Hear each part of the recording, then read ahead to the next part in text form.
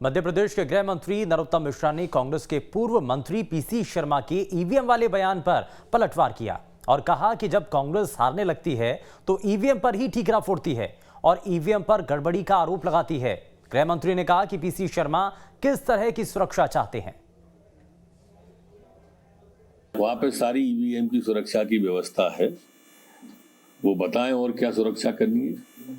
ये हार की बौखलाहट को ईवीएम की तरफ ट्रांसफर न करें। ये जीत जाए तो ईवीएम ठीक है और हार जाए तो ईवीएम में गड़बड़ी है।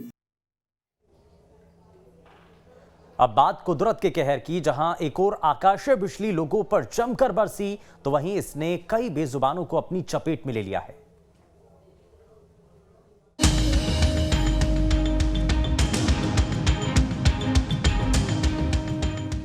आसमान से गिरी आफत, काल बनकर टूटी आकाशीय बिजली, 8 लोगों की गई जान, कई घायल।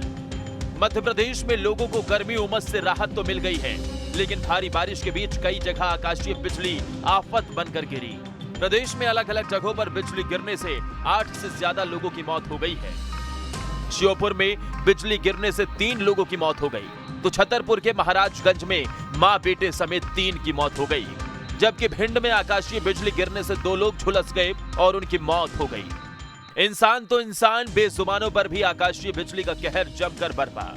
मध्य प्रदेश के कई जगहों पर बिजली गिरने से भेड़ बकरियों की मौत हो गई। दमोह में बिजली गिरने से 100 से ज्यादा भेड़ बकरियों की मौत हो गई, तो छतरपुर के बरथा गांव में 50 भेड़ 30 बकरियों की मौत हुई है। वहीं छतरपुर के ही महुआ खेड़ा गांव में 18 बकरियों की मौत हो गई। जाहिर है, देश में मानसून की दस्तक के साथ ही आकाशीय बिजली ने कई राज्यों में अपना कहर ढाया है। कहीं खेतों में काम कर रहे लोगों को आकाशीय बिजली ने अपनी चपेट में ले लिया, तो कहीं घूमने गए लोग आकाशीय बिजली का शिकार हुए, जबकि बेजुबानों पर भी आकाशीय बिजली ने जमकर कहर बरपाया। Team news state. शहडोल जिले में सुहागपुर क्षेत्र के किसान मुआवजे की आस में दर-दर की ठोकरें खाने को मजबूर हैं। 5 साल बीत जाने के बाद भी किसानों को अब तक ना तो मुआवजा मिला और ना ही नौकरी। किसानों का ये उत्पीड़न कोल इंडिया के SECL की खेरहा यूजी कोल माइंस की ओर से किया जा रहा है और इसके चलते किसानों का सब्र का बांध अब टूटता हुआ नजर आ रहा है।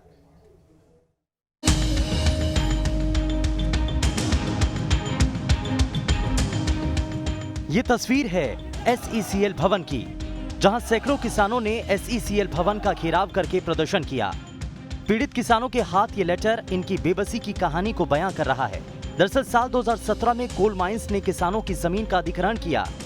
जमीन अधिग्रहण के 5 साल बीत जाने के बाद भी पीड़ित किसान मुआवजे और नौकरी के लिए दर-दर भटकने को मजबूर हैं। हम खन्नात से हैं, हमारी जमीन खैरहा यूजी माइंस में फंसी हुई है। हमारी जमीन 2017 में अधिग्रहित कर ली गई है, जिसका अभी तक 5 साल बीत गया, न रोजगार न मुआवजा मिला है। किसान वहाँ का ज़मीन न बेच सकता है न कुछ कर सकता है, क्योंकि 2017 में अधिग्रहित कर ली है ये खैरहा यूजी माइंस। किसान परेशान है, न कुछ भी नहीं कर सकता है। अपनी समस्या लेकर कहीं सवेरिया के पास, कहीं GM ऑफिस लेके जाता है, बस आश्वासन बस देते हैं। भू अर्जन की प्रक्रिया पूरी होने के बाद भी कोल प्रबंधन मुआवजा और रोजगार देने में जानबूझकर देरी कर रही है। मालिकाना हक होने के बाद किसान विषम परिस्थितियों में न तो अपनी जमीन बेच पा रहे हैं और ना ही खेतों में खेती कर पा रहे हैं। ना तो रोजगार मिल रहा है, ना तो मुआवजा मिल रहा है। 2017 से सब किसान परेशान है, आश्वासन पे आश्वासन दिया जाता है। इसीलिए सभी किसानों से एक साथ कल मीटिंग हुई और यहाँ पे आके सवेरिया साहब से मिला गया, और अगर अब नहीं किया गया तो 1 सितंबर को धरना किया जाएगा अनिश्चितकालीन तक का। GM साहब के भी पास जाएंगे, सबके पास गए, सब सांसद ने भी बताया, विधायक ने भी बताया, लेकिन आज तक हम लोगों की सुनवाई नहीं की गई। SECL सुहागपुर क्षेत्र का खेरहा भूमिगत कोयला खदान साल 2010 से संचालित है। अक्टूबर 2017 को धारा 11(1) के तहत अधिसूचना जारी की गई। कोल प्रबंधन की ओर से किसानों की जमीन का अधिग्रहण हुआ। खन्नात में 195.999 और खेरहा 171.459 हेक्टेयर भूमि है। शामिल कुल 1155.9 एकड़ भूमि कोल प्रबंधन की ओर से अधिग्रहित की गई थी। किसानों का जमीन से अधिकार भी खत्म हो चुका है। मुआवजे और नौकरी की आस में किसानों ने हर दरवाजा खटखटा लिया और न्याय दिलाने की गुहार लगा चुके हैं, लेकिन इंसाफ इन किसानों को अब तक नहीं मिल पाया है, जिसके चलते अब ये पीड़ित किसान अपने आप को ठगा महसूस कर रहे हैं। शहडोल से सुधीर शर्मा के साथ टीम न्यूज स्टेट।